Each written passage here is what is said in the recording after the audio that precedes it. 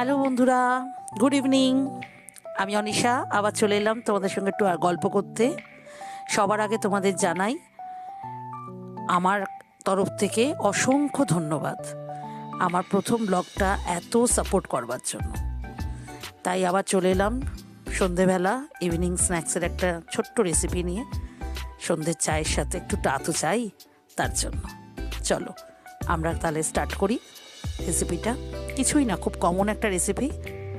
দেখো তোমরা সকলেই হয়তো এটা জানো, তাও আমি করছি বলে তোমাদের একটু সঙ্গে নিলাম, তাই একটু শুরু করছি। প্রথমে কড়াইতে একটু ঘি দিলাম। ঘিটা একটু মেল্ট হয়ে গেলে তার মধ্যে দুটো শুকনো লঙ্কা ছিঁড়ে দিয়ে দিলাম। এবার লঙ্কাটা তোমাদের ব্যাপার, কেউ কম কেউ বেশি করতে পারো, কেউ একটা দিতে পারো, কেউ চারটেও দিতে পারো, বাট আমার দুটোই লাগলো, আমি দুটো দিয়েছি। এরপর এক মুঠো কারি পাতা দিয়ে দিলাম। তারপর ঘরে অল্প একটু বাদাম ছিল, চীনা বাদাম, সেটাও দিয়ে দিলাম। সেটা দেওয়া হলে কারি পাতা, শুকনো লঙ্কা এবং চীনা বাদাম তিনটে একসাথে নেড়ে দেবো খানিকক্ষণের জন্য।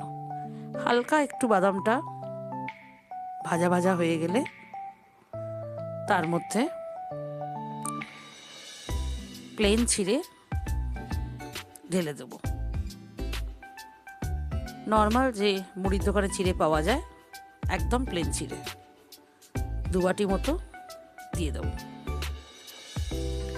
চিড়েটা দিয়ে একটু ছোট আঁচে ধৈর্য নিয়ে একটু নাড়তে হবে। এটা একটু বড় আঁচে করলে পুড়ে যাবার চান্স থাকে।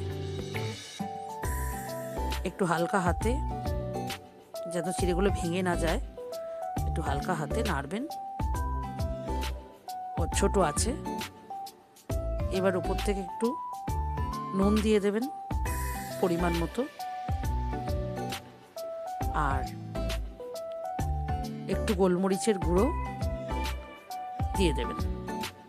এতে বিশেষ কিছু দেবার নেই, শুধু নুন আর মরিচ, আর তেমন কিছু মশলা এতে লাগে না।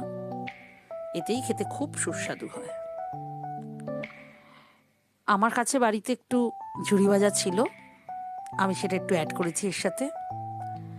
সেটা পুরোপুরি অপশনাল, আপনারা চাইলে দিতেও পারেন বা নাও দিতে পারেন, কিন্তু চিড়ে ভাজার সঙ্গে ঝুড়ি ভাজাটা দিলে সত্যি বলছি খেতে খুব সুস্বাদু হয়। আপনারাও একদিন বাড়িতে এইভাবে ট্রাই করে দেখতে পারেন, খুবই ভালো খেতে লাগে। আর এই রেসিপিটা আমার হাজব্যান্ডের ভীষণই ফেভারিট। আমাদের প্রায় দিনই চায়ের সাথে এরকম সন্ধেবেলা বাড়ির তৈরি ভাজা, চিড়ে ভাজা খাওয়া হয়। তাই আজকে একটু ভাবলাম আপনাদের সঙ্গে নিয়ে আসি। খুবই কমন রেসিপি, জানি সবাই হয়তো জানেন, তবু দেখবেন যদি ইচ্ছা হয় আমার মতো করে একটু বানিয়ে খাবেন। খেয়ে কিন্তু আমাকে অবশ্যই কমেন্ট করে জানাবেন যে আপনাদের রেসিপিটা ঠিক কেমন লাগলো। তাহলে আজ এই পর্যন্তই।